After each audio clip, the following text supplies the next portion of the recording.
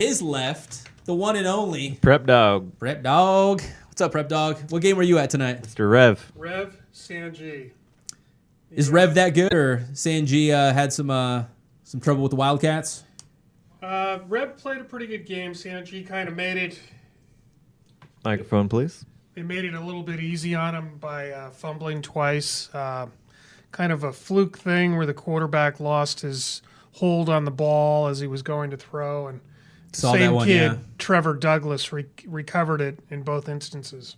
We saw that in the highlights. So we have them at number 1 right now. Do they maintain your top spot? Yeah.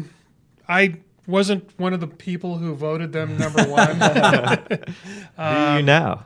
I mean, they didn't do anything to, threaten that number 1 ranking, but I don't know. I'd be more inclined to go with a different team, probably maybe Vista Murrieta.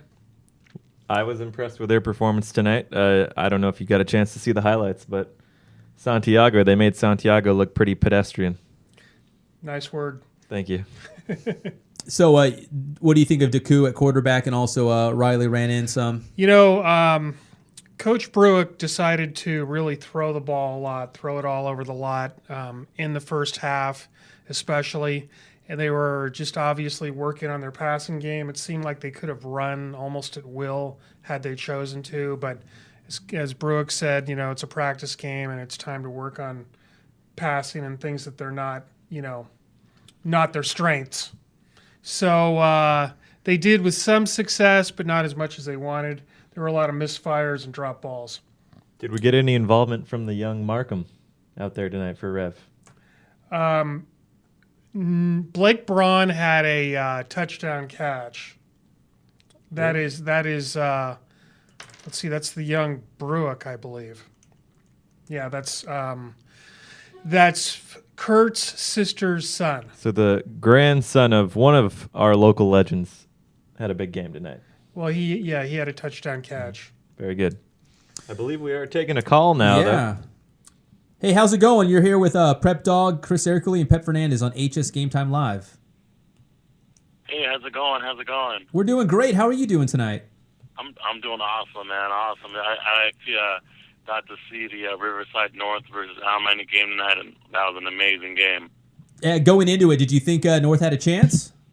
Oh my God! I mean, for a minute there, I was actually at the game. For a minute there, they looked like they were down and out. It looked like they were going to give up, and they had a big turnover, and momentum shifted, and they definitely came back with a lot of energy and a lot of fight.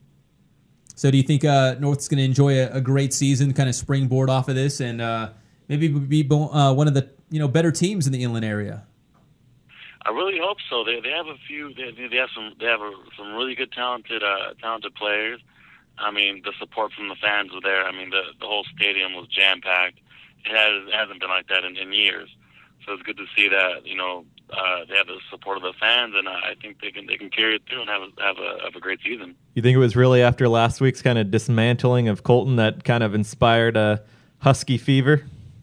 I definitely believe so. I mean, I don't even think they themselves thought that they're going to do that well. So I definitely think that they're gaining more confidence, and hopefully as the weeks progress, they're gonna be a better and better team. All right, North is back. Hey, what's your name? My name is Lupe from Riverside. Lupe, thank you so much for calling HS Game Time Live. We really appreciate it. No, thank you guys, and thank you, your camera guy Adam, for doing a great job shooting the game. Big shout out from Lupe to Drexler. Yeah. Another big effort for Justin Georgie. This was a paid commercial announcement there, guys. Yeah. Very good. For Drexler. So, Georgie lead North to Prep Dawg. Do you know much about Alamany? We know they're one of the better programs in the state. I think they're ranked. Weren't they coming into this? And they came here to play in Riverside, and they come away with a loss. Yeah, it's a good win for the North Huskies, who, as we saw last week, have talent all over the football field. All right, now let's go back to the Rev real quick. You were talking about the offense, how they were throwing a little bit with Deku more. Defensively, correct me if I'm wrong, is that back-to-back shutouts now for Rev? Yeah, they shut Dominguez out 30-zip and then 35-0 today. San G moved the ball a little bit, but They weren't able to punch one in, and then they kind of shot themselves in the foot a couple of times. So 2 shutouts, and you still don't put Rev in your top spot? I wasn't as impressed with their win over Dominguez as some people were, because Dominguez got blown out in their first game. But obviously Rev is a very fine team. True. We're looking at some of the highlights now against San Gorgonio. Off field, spent much of the night on the run there. There's a Rev interception.